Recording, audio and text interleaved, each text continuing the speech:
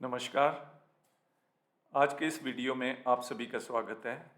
इस वीडियो में मैं आपको आईपीसी की धारा 379, 403, 406 और 441 के बारे में जानकारी दूंगा। तो जिस धारा के बारे में सबसे पहले जानकारी दी जाएगी वो है आईपीसी की धारा 379, चोरी के लिए दंड। चोरी उस वस्तु की जा सकती है जो चल संपत्ति हो, जिसे कि हम मूवेबल प्रॉपर्टी भी कहते हैं, जैसे बर्तन, कपड़े, गाय, बकरी तथा जेवर आदि। तो ये वो प्रॉपर्टी होती है जिसको एक स्थान से दूसरे स्थान पर ले जाया जा सकता है, इसे हम चल संपत्ति कहते हैं।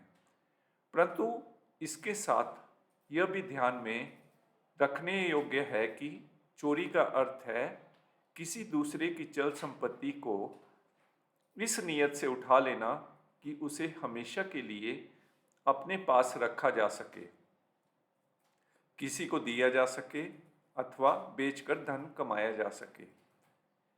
अगर किसी दूसरे की चल संपत्ति मात्र यही सोचकर ले जाई जाए कि उसके इस्तेमाल की अचानक ज़रूरत आन पड़ी है और इस्तेमाल के बाद उसे वापस कर दिया जाएगा, वो चोरी नहीं कहलाता।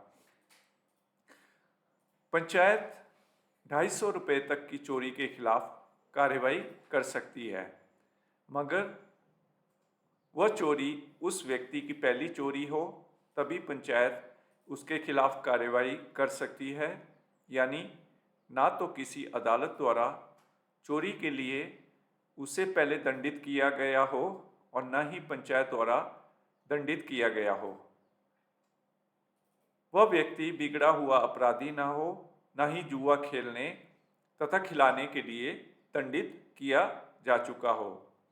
अगर उस व्यक्ति को चोरी के मामले या जुआ खेलने खिलाने के मामले में पहले ही सजा हुई हो तो वह केस अदालत को सौंपा जाएगा।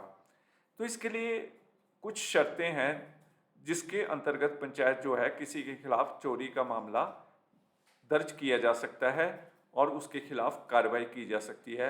एक तो उस व्यक्ति की वो पहली चोरी होनी चाहिए और उसके खिलाफ किसी अदालत द्वारा चोरी के लिए उसे पहले दंडित ना किया गया हो, ना ही पंचायत द्वारा उसे दंडित किया गया हो पहले से चोरी के मामले में। और दूसरी कंडीशन ये है कि वह व्यक्ति बिगड़ा हुआ अपराधी ना हो, हैबिचुअल ऑफेंडर ना हो और उसे पहले जुआ खेलने या खिलाने के लिए पहले से दंडित ना किया गया हो। यदि उस व्यक्ति के खिलाफ जुआ खेलने या खिलाने के लिए मामला पहले से दर्ज हुआ है तो वह केस जो है पंचायत उसकी सुनवाई नहीं करेगी और उस केस की सुनवाई अदालत को सौंप दी जाएगी। तो ये थी आईपीसी की धारा 379, चोरी के लिए दंड। अगली धारा जिसके बारे में मैं चर्चा करूंगा वो है आईपीसी की धारा 403, चल संपत्ति का बेईमानी से दुरुपयोग करना। ये धारा बताती है कि इस धारा के अधीन किसी दूसरे की चल संपत्ति को बेईमानी पूर्वक इस्तेमाल करने के लिए पंचायत कार्रवाई कर सकती है, परंतु इसके साथ यह भी शर्त है कि वह वस्तु 250 रुपये तक की कीमत की हो, यानी इससे अधिक मूल्य की ना हो। तो इसके लिए यदि किसी ने किसी की मूवेबल प्रॉपर्टी या चल संपत्ति का बेईमानी पूर्वक इस्तेमाल किया है तो पंचायत में उसके खिलाफ मुकदमा दायर किया जा सकता है, दर्ज किया जा सकता है और उसके खिलाफ कार्रवाई की जा सकती है। परंतु इसमें एक और कंडीशन है कि वो चोरी की हुई जो चल संपत्ति है उसका मूल्य केवल 250 रुपये तक ही होना चाहिए। अगली जो हम धारा के बारे में चर्चा करेंगे वो है आईपीसी की धारा 406, आपराधिक न्याय भंग। इसका क्या मतलब है? जो किसी के विश्वास को तोड़ने का अपराधी बनता है तो भारतीय दंड संहिता की धारा 406 के तहत उसके विरुद्ध कार्यवाही की जा सकती है। धारा 405 में दी गई परिभाषा अनुसार जिसे संपत्ति सौंपी गई हो वो बेईमानी से उसका उपयोग करता हो या बेचता हो या उन निर्देशों का उल्लंघन करता हो तो कानून द्वारा ऐसी स्थिति ऐसी संपत्ति के लिए विहित किया गया है कि ग्राम पंचायत इस धारा के अंतर्गत भी 250 रुपये तक के मामले की सुनवाई कर सकती है।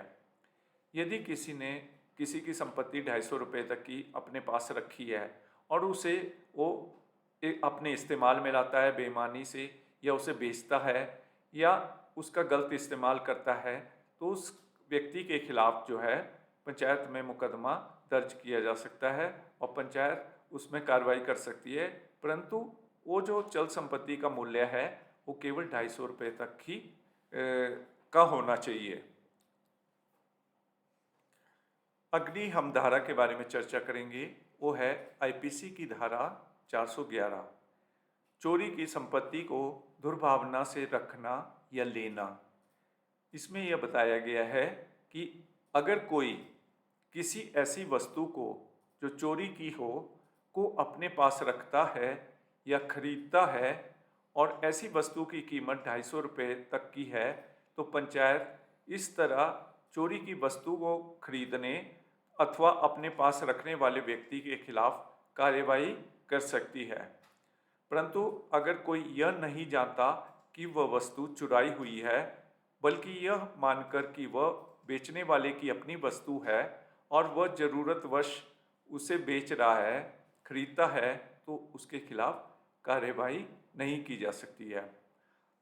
इसमें यह बताया गया है कि यदि कोई व्यक्ति चोरी की हुई वस्तु को खरीदता है, अपने पास रखता है और लेकिन उस चोरी की हुई वस्तु की कीमत जो है 250 रुपये तक की है, तो पंचायत उसके खिलाफ कार्रवाई कर सकती है और पंचायत में उसके खिलाफ मुकदमा दर्ज किया जा सकता है और पंचायत उससे अधिकतम 100 रुपये तक का जुर्माना कर सकती है। तो आज के इस वीडियो में मैंने आपको आईपीसी की धारा 379, 403, 406 और 411 के बारे में जानकारी दी। अन्य धाराओं के बारे में हम अगले वीडियो में चर्चा करेंगे। धन्यवाद।